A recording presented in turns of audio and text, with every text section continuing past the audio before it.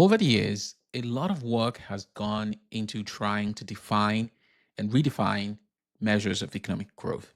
A lot of the challenge has been about separating measurement of economic output from measurement of welfare in terms of how much better people's lives get or are getting, the freedoms they have to enjoy their lives to the fullest, to express themselves through their choices in the economy. And that's been a major challenge for economic research, economic thinking, economic practice, especially in the developing world. In April of 2014, the Nigerian economy grew by 89% in a single day. And this was not because of a sustained period of technological growth or economic transformation. It happened because the Office of Statistics changed the way that it counted output. So it essentially rebased its economy. And all of a sudden, the Nigerian economy overtook South Africa to become the largest economy on the African continent. This was in 2014. Now, you would probably ask, what does that number measure then?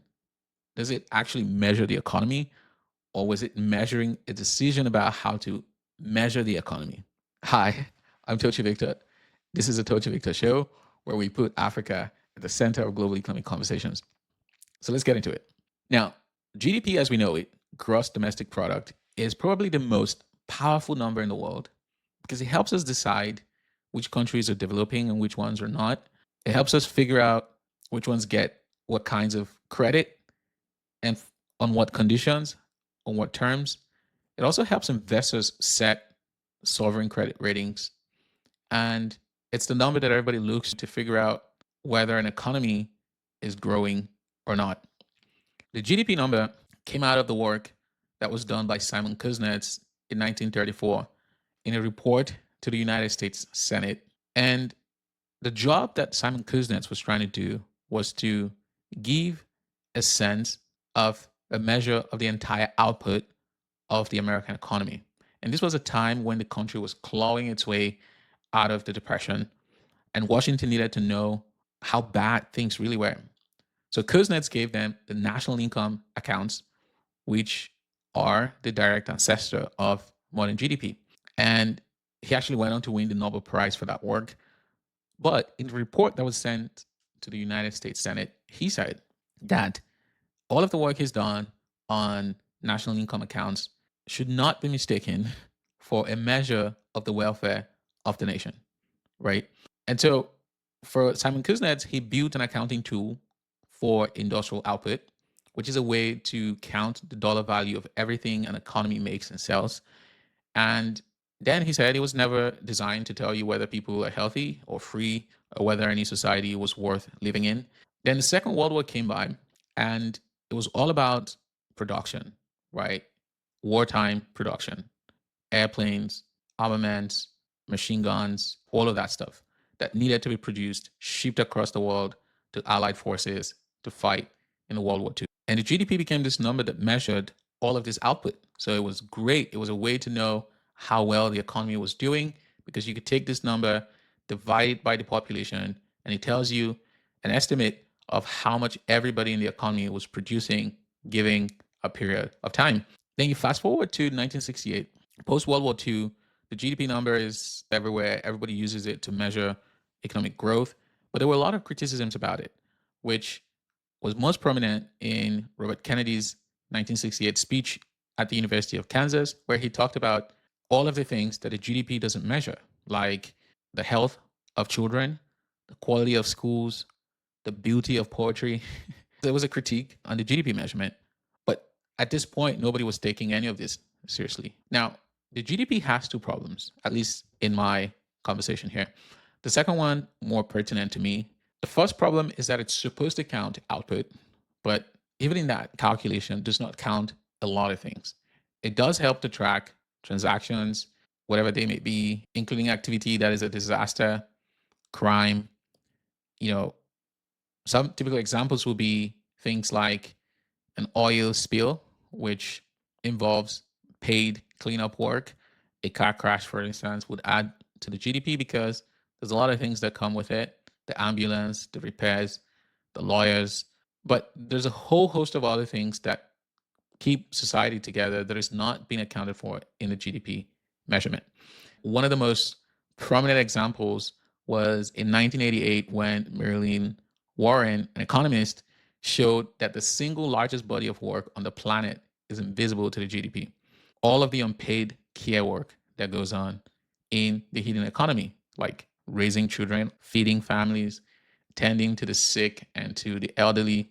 And all of this work is done overwhelmingly by women. So if you counted all of that, it could add anywhere between 10 to 12 trillion dollars to the global economy. And if you adjust for inflation today, this was as far back as 1988. If you adjust for inflation today, it could be more. There's also other aspects of the economy that is hitting to the GDP and continues to come up in conversations about, do we add this or do we not? One of those conversations was in 2014 when the UK and Italy complied with the EU accounting standards to add drugs and prostitution to their GDP. And it bumped up the GDP of the UK by about $16 billion at the time. And Italy did the same as well. And so you begin to ask, is this a philosophical problem? And nobody really knows, even till today, right? Now, the second problem for me, at least in this conversation, is much more serious. And this is because it deals with Africa and how GDP barely measures anything, especially in sub-Saharan Africa, right? And this comes from work that has been done by Morten Jerven, where he spent years across Africa in science statistics offices and found that most of these offices were underfunded, understaffed, and didn't have the resources to actually collate, analyze, distribute data at scale. And so they were often using base year data that were decades out of date to calculate or estimate their GDP figures. And so, in that sense, you really don't know what they're measuring, right? They're just making, you could say, educated guesses. Now, and we know that now because nearly 9 in 10 working Africans earn their living in the informal economy. So these are like informal markets, stalls, local markets, like I said, family farms, cash jobs, gig economy type jobs that are pretty hard to tax, but also are not structured in a way that gives any sense of formality to the people who are participating in it.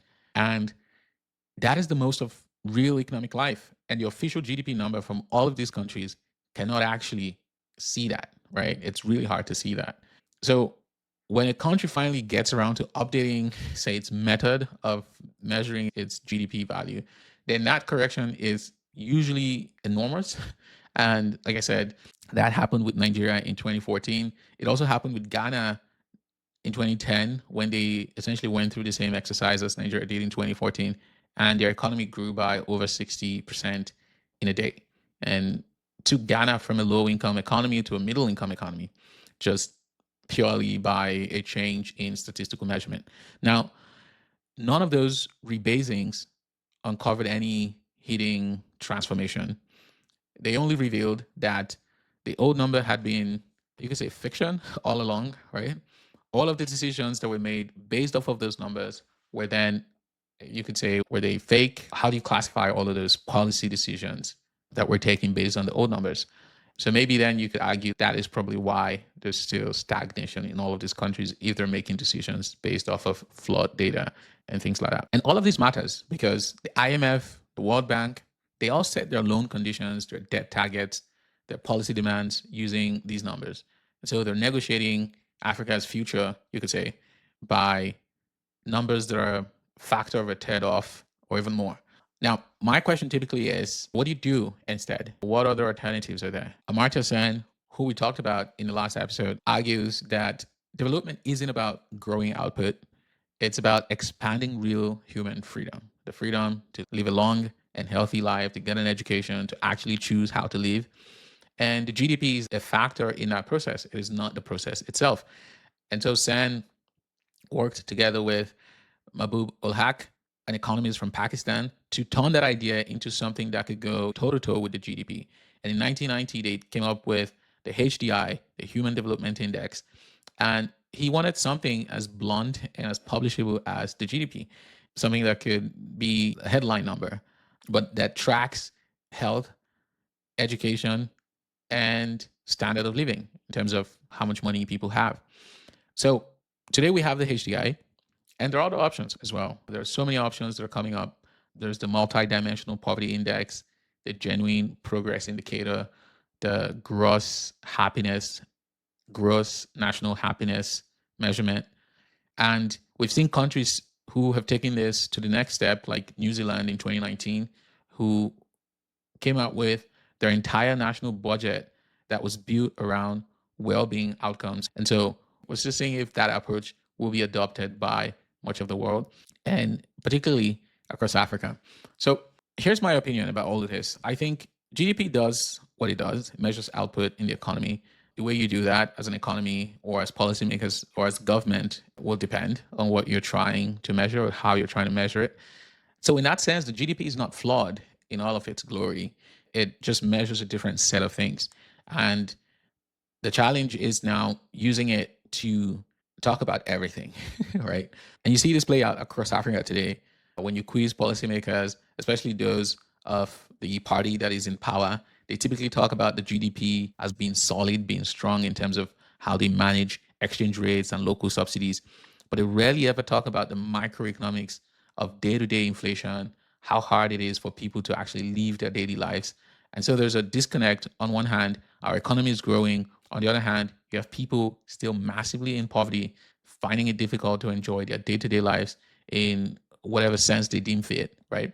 So I think that habit of letting one number, the GDP, stand in for the entire life of the nation and then handing that figure to people at, say, the World Bank and the IMF is not the right way to go, simply put.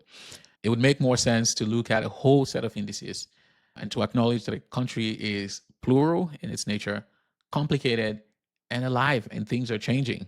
Yes, you want to measure growth, but you also want to measure whether children are making it to their fifth birthdays, whether they're making it out of college, getting a job, starting a family, enjoying all the benefits that come with a prosperous life, whether the area is breathable, whether you're pursuing reasonable climate mandates that allow people to live in conducive environments.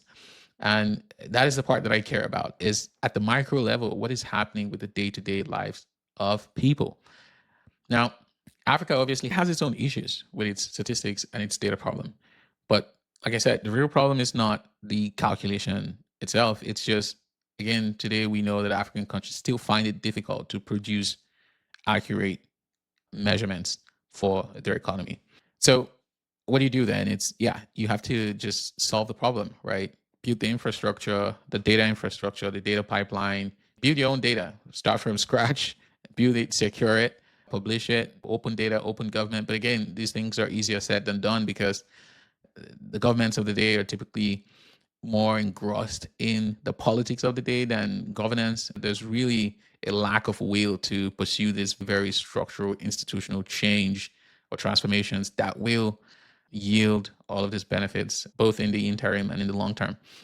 And so that's just one of the challenges, right? Lack of well-funded statistics offices, lack of proper data collection processes. There's no strong open data, open government mandates. And all of these things need to change to get a better sense of the economy. That's my opinion. To wrap up here, you know, GDP was essentially useful coming out of the Depression to understand national income accounts. It became a pretty strong measurement of production during the war, so the Second World War. And post World War II became a pretty good measurement for output in the economy. When you divide that by the population, it gives you a pretty good sense of how much each person in the economy was producing, and it became popular and used by everyone. But over time, we saw that needed to change and new measures of welfare needed to come into the picture. And that did happen. And today we have a lot of those measurements, the HDI, the multi-dimensional poverty index, and the rest of them. So that is it for this episode on GDP growth versus welfare. Next time, we're going to talk about aid and how money flows from rich countries into developing countries, trillions of dollars every year, every decade. And we'll figure out how aid is changing, especially in this current socio environment with the US and how they're rejigging the global aid industry, as I call it. Thank you very much. I'm Tochi Victor. I'll see you next time. Think on it.